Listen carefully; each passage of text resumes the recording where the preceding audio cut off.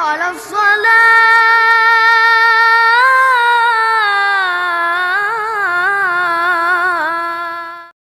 Bismillahirrahmanirrahim.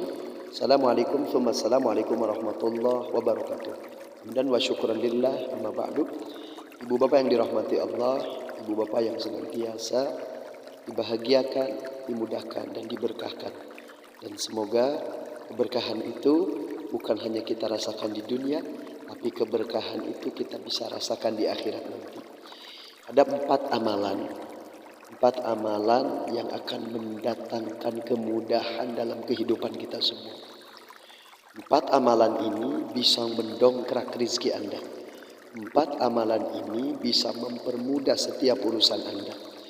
Tapi saya mau mempertegas di sini, lakukanlah semuanya karena Allah. Supaya apa? Supaya kita dapat ridho Allah, supaya kita dapat rahmat Allah, supaya kita dapat surga Allah. Tapi di dunia Allah pun mudahkan setiap urusan kita. Lalu apa 4 amalan itu? Simak baik-baik, praktekkan di rumahnya masing-masing. Praktekkan di rumahnya masing-masing, bukan hanya di rumah, boleh di luar rumah, dimanapun laksanakan semua ini.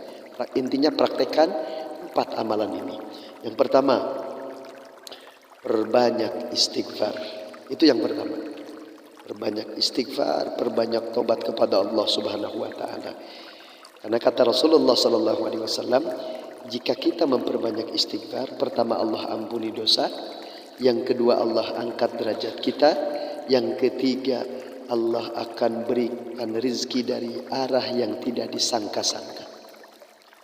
Itu yang pertama. Maka perbanyak istighfar. Udah istighfar, lakukan semua itu karena Allah. Yang kedua, muliakan orang tua kita. Muliakan orang tua kita.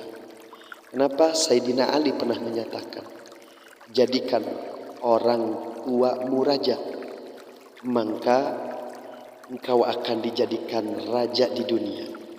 Makna raja di dunia itu bukan pada akhirnya jadi presiden atau jadi sultan, enggak lah ya. Makna raja di sini adalah kehidupanmu seolah-olah seperti raja. Itu disenangkan, diangkat derajat, dimudahkan. Ya, kehidupan seperti raja seperti apa?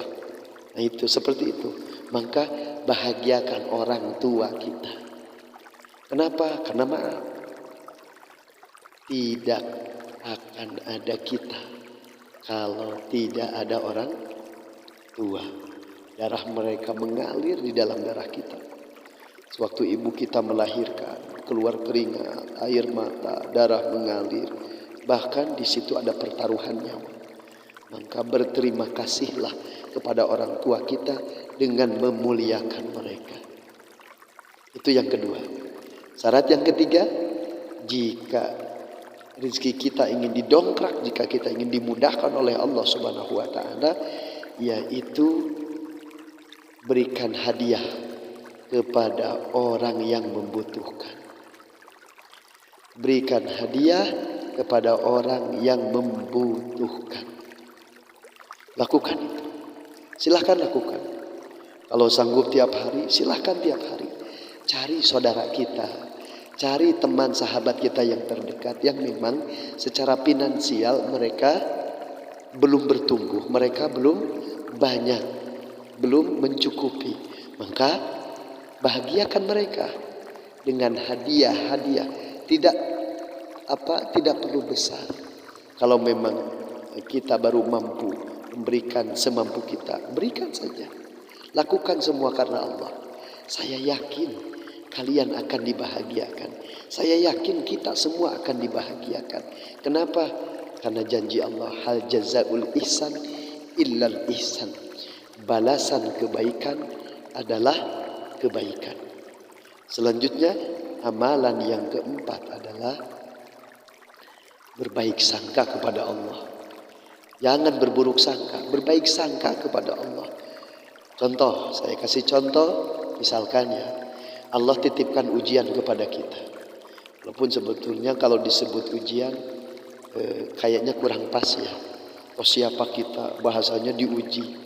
Karena ujian itu rata-rata kepada yang imannya luar biasa, kesolehannya luar biasa. Itu baru ujian. Kalau ke kita ya mungkin sentilannya, tapi mudah-mudahan iman kita ini adalah iman yang dibaikan oleh Allah.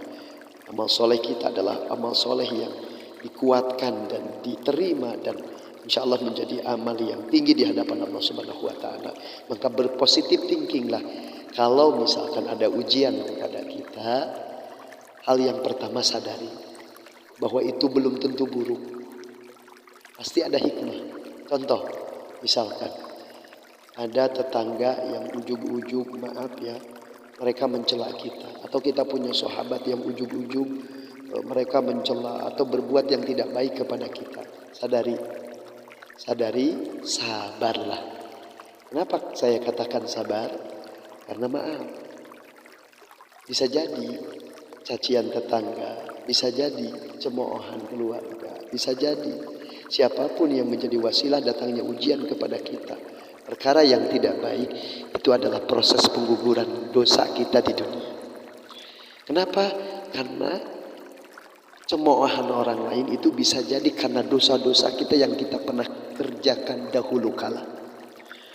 Maka ini kasih sayang Allah agar dosa kita dikurangi di dunia. Daripada disiksa di neraka, mending dosa itu dikurangi di dunia. Ini luar biasa. Jadi jangan mudah untuk berburuk sangka kepada Allah. Hilangkan buruk sangka itu. Berbaik sangkalah kepada Allah Subhanahu wa Ta'ala. Walaupun hakikatnya yang terjadi kepada kita menurut versi manusia adalah ketidakbaikan. Tapi manakala kita sabar, itu akan berbuah kebaikan di dunia dan akhirat. 4 amalan ini luar biasa. Kerjakan, praktekkan, maka kebahagiaan, kemudahan, keberlimpahan, kenikmatan, rahmat Allah, kasih sayang, kesehatan, pasti Allah akan berikan kepada kita semua. Itu saja yang bisa saya sampaikan. Mohon maaf atas segala kekurangan. Assalamualaikum warahmatullahi wabarakatuh.